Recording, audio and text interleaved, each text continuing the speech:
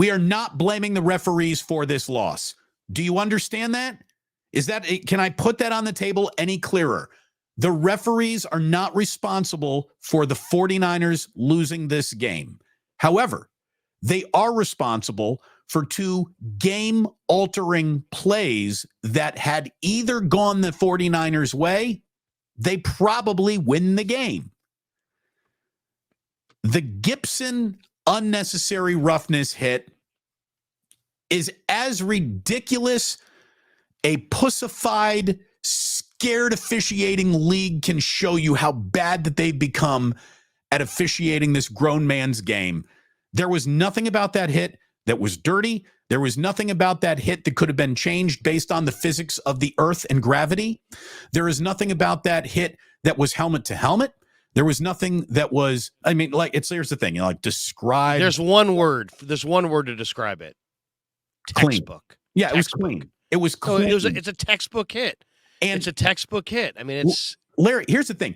If he had wanted to put the lumber on him, Gibson 100% pulled up in that moment. He didn't go through the player. He didn't go through the body and just dismantle someone. He pulled up a little and still didn't even get the benefit of the doubt.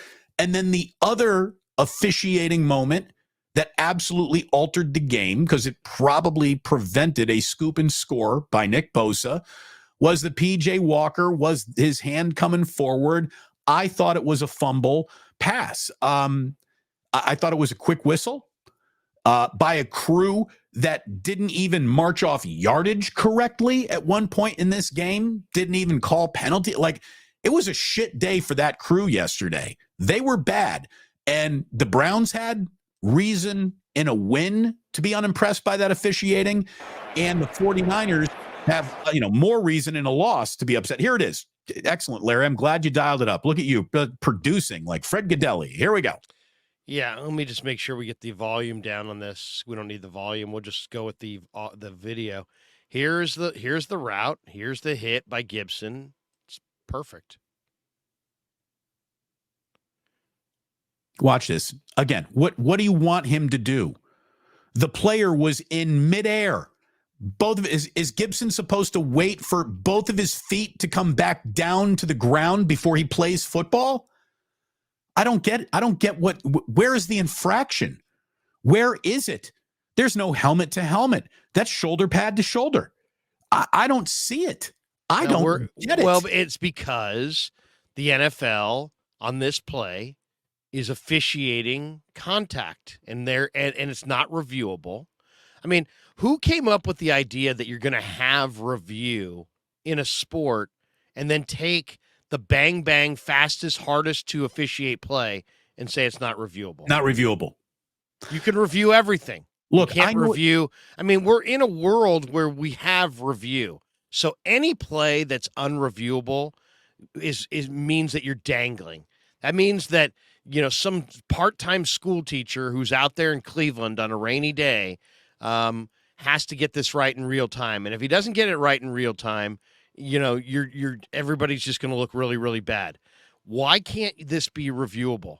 And this is textbook. If he goes low on his knees and the guy, flips over and lands on his head, that's a penalty. If he goes helmet to helmet, that's a penalty. We're asking these guys to be, Olympic gymnasts. They're football players, for crying out loud, on wet fields. And that was as textbook as it gets. This is a textbook hit. Little slant, you hit the inside shoulder, you rocked him, he went down. And here comes the flag. It's like, I don't understand why throw the flag there if it's not reviewable? You could always take a look at it afterwards and say, oh, that was too violent. But once you make this call, you can't undo this call. So this is one of the worst calls we've seen all year. In a violent game that is not even a violent hit. But Christian McCaffrey gets hit twice as hard as that every single time he touches the ball. Somebody on the chat says, well, you have the concept of defenseless receiver going on here. This is a defenseless receiver. Then the NFL needs to outlaw jumping. No receiver can have both feet off the ground at any time. I mean, seriously. Defenseless. The only reason why he's defenseless is because he leapt into the air. There, he shouldn't have jumped. How dare you jump and create a defenseless situation? I mean, it's just that's such a ticky-tack foul. Well, once again, that's favoring the offense too much.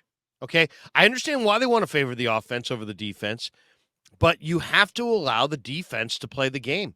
So you're saying that he should have stayed back, let the ball either fall, be completed or be incompleted, and then he could tackle the guy.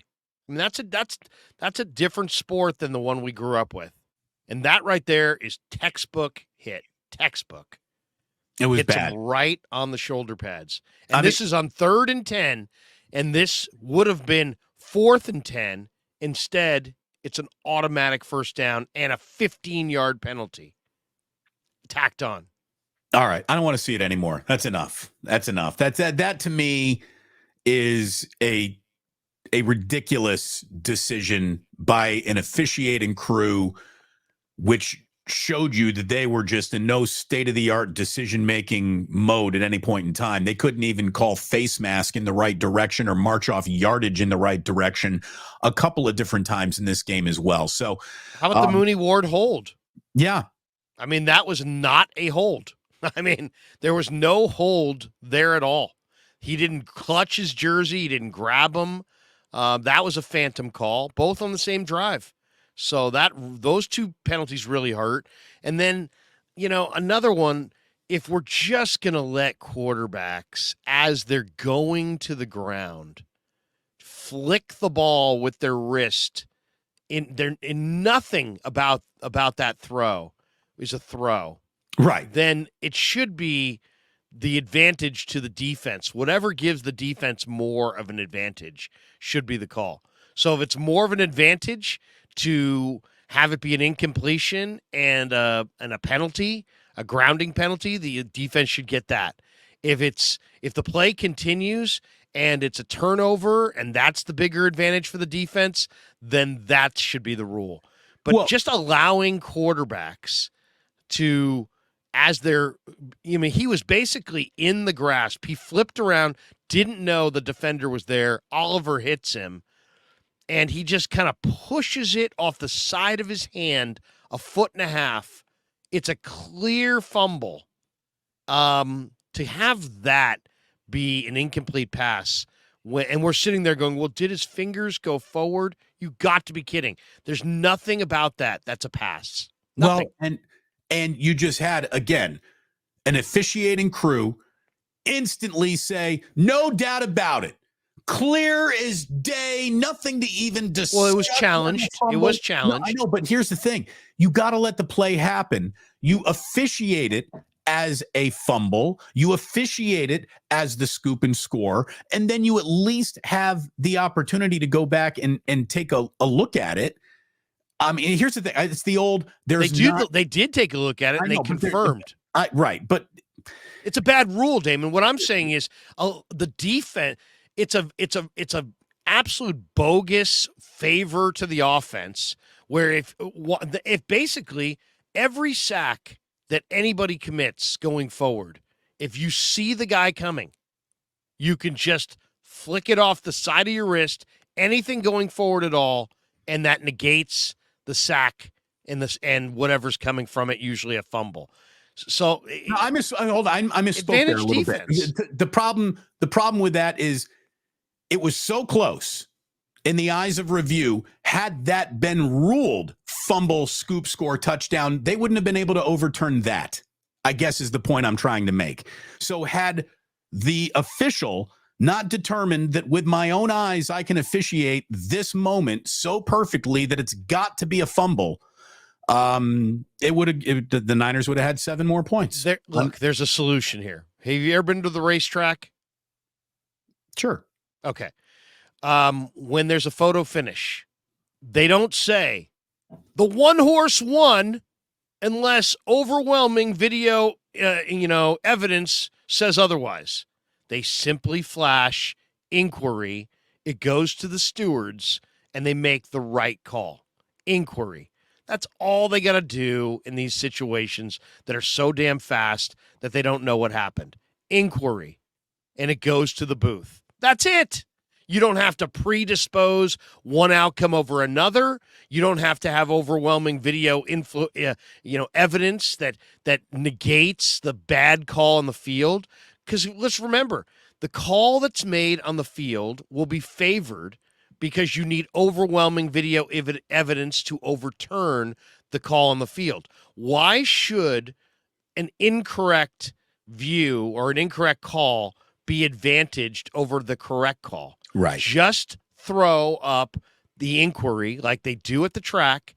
Go to the stewards, in this case, go to the video judge above. We don't know what that was. Inquiry.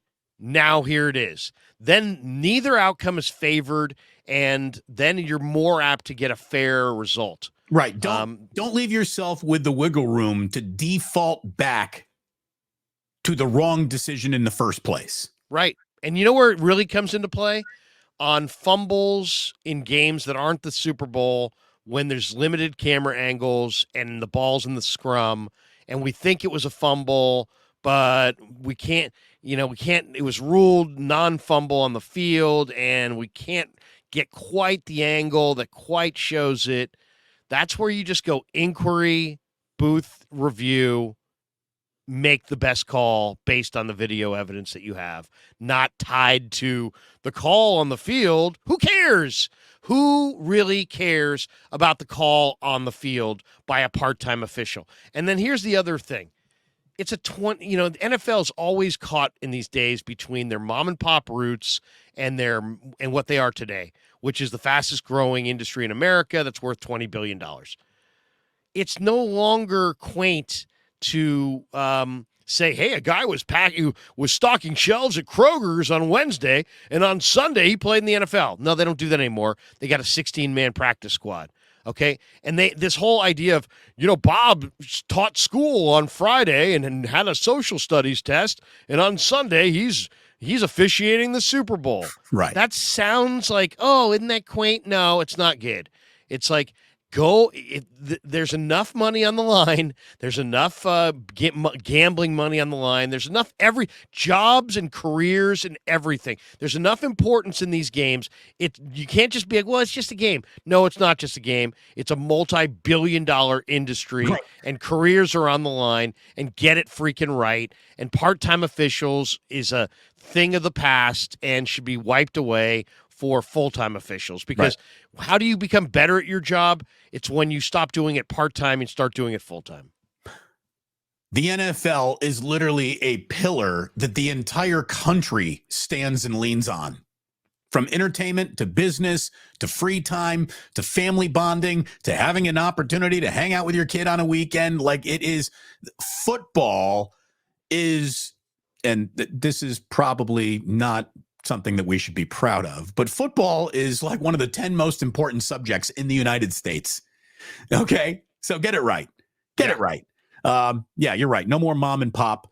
This guy he's a truant officer, and he gets kids to high school, and then here he is making sure everybody's getting to the line of scrimmage on time. It's amazing how life balances itself out. No, it's not. It's not. Pay every single official. How about this? If every official on a field was making six figures, mid six figures, you would get better people doing it. The higher paying the position, the better the applicant for the job becomes. Yeah. So there you go. Get that done.